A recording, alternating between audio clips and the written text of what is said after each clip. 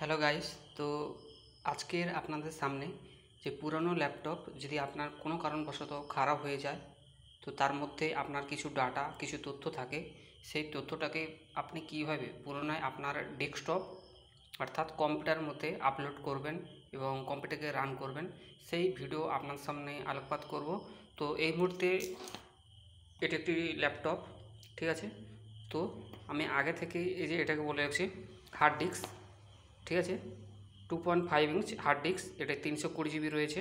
এর থেকে আরও বেশি হয়, 500 জিবি, 1 টিবি, 2 টিবি এভাবেই হয়ে থাকে, ঠিক আছে। তো এটাকে আমি আমার ডেস্কটপের মাধ্যমে আপনাদেরকে সেটিং করে দেখাবো, তবে কীভাবে হবে আপনারা দেখতে থাকুন, ঠিক আছে। তো অলরেডি আমি ল্যাপটপটি দূরে হাঁটিয়ে দিচ্ছি।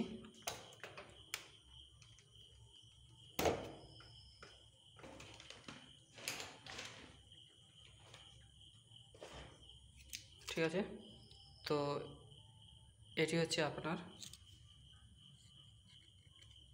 Hard disk.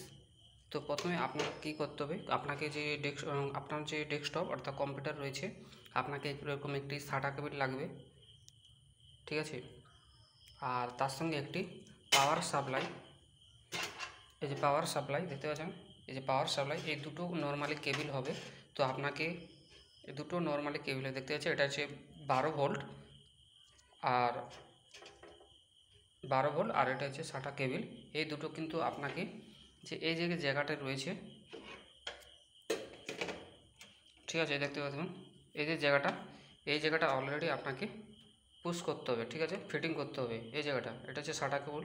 আর পরেরটি হচ্ছে পাওয়ার সাপ্লাই, দেখতে পাচ্ছেন এটি হচ্ছে পাওয়ার সাপ্লাই, এটি পাওয়ার সাপ্লাই। তো এইভাবে আপনাকে সেটিং করতে হবে এবং সেটিং করার পর আপনি অবশ্যই কম্পিউটারটি রান করবেন এবং অতি অবশ্যই কম্পিউটারটি আপনার সমস্ত তথ্য এই প্রসেসে যদি আপনি হাঁটেন, তাহলে আপনার হার্ড ডিস্ক থেকে অর্থাৎ ল্যাপটপের যে মূল তথ্য আপনার কিন্তু ডেস্কটপে কম্পিউটারের মাধ্যমে নিতে পারবেন। সেই জন্য আপনাকে একটি পাওয়ার সাপ্লাই কেবল আর একটি ইউএসবি যে পোর্ট, যাকে বলা হয় মানে SATA কেবল, এই SATA কেবলটি অতি অবশ্যই আপনার কাছে ডেস্কটপের মধ্যে আছে, অতি অবশ্যই ওটা লাগবে। আর সে সঙ্গে বলে রাখি, এটি হওয়ার পর আর সর্বপ্রথম আপনাকে যে এই যে প্লাগ পয়েন্ট কম্পিউটারে, এই যে প্লাগ পয়েন্ট, এটা কিন্তু তার আগে কিন্তু আপনাকে খুলে রাখতে হবে। যখন আপনি ফিটিং করবেন তার আগে খুলে রাখতে হবে। এবং আর এটি হচ্ছে আমার ডেস্কটপের হার্ড ডিস্ক।